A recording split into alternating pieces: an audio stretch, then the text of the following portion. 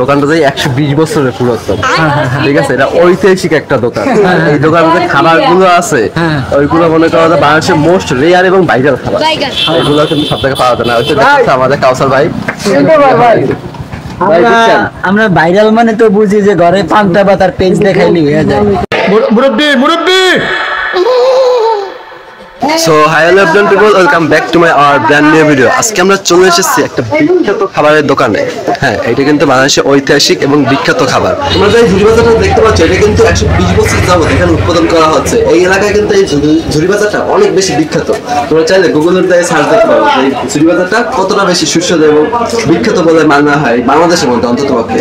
আর এখানকার অনেকেই জানে না যে এত পুরাতন এবং বিখ্যাত একটা দোকান এই জায়গায় রয়েছে, আর এত ইউনিক খাবার এই জায়গায় তৈরি হয়। খুরমার দাম কত? 40 টাকা। এই খুরমার এক প্যাকেটের দাম 40 টাকা। আর এই জায়গায় ওয়েটে কত আছে? 250 গ্রাম। 250 গ্রাম মানে 250 গ্রাম খুরমা মাত্র 40 টাকা। তারপরে রয়েছে এই জায়গায় ঝাল ঝাল চানাচুর। এই চানাচুর গুলো কিন্তু তোমাদের শৈশবকালে অনেকেই খেয়েছে, বেশিরভাগ কিন্তু 90 দশকের ছেলেমেয়েরা বেশি খেয়েছে, তো তাদের স্মৃতিতে এই জিনিসটা অবশ্যই গেঁথে আছে।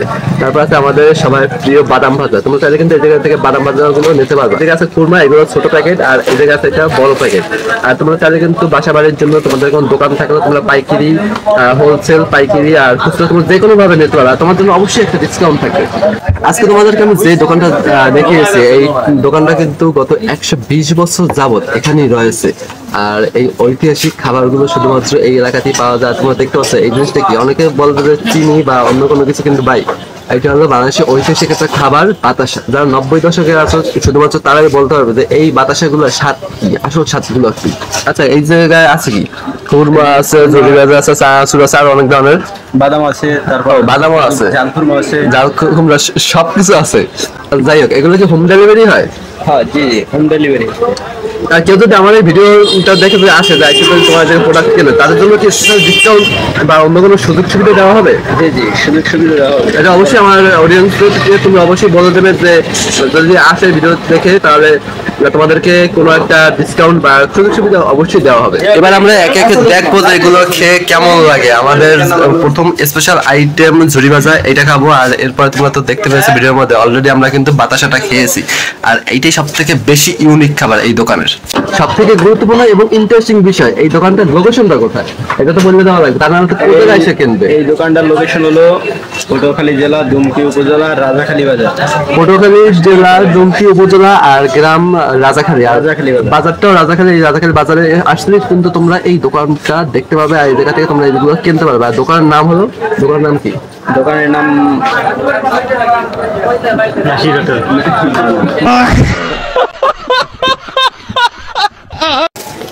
বন্ধু,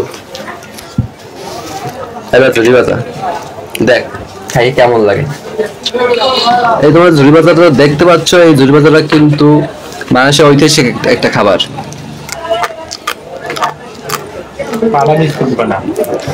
আদা বিস্কুট, ঝুড়ি ভাজা, বাতাসা, নকুলদানা, ভাই এইগুলো কিন্তু বাংলাদেশের ট্রেডিশনাল খাবার, সব জায়গায় পাওয়া যায় না, রেয়ার একটা আইটেম। ইন্ডিয়ার একটা বন্ধুর ফোন দিয়েছে, বন্ধু ব্যস্ত আছি, আমি পুজো লাড়ু মুড়ু বানাই দিয়েছি, আমি তো পাঠাই দেব ইন্ডিয়া।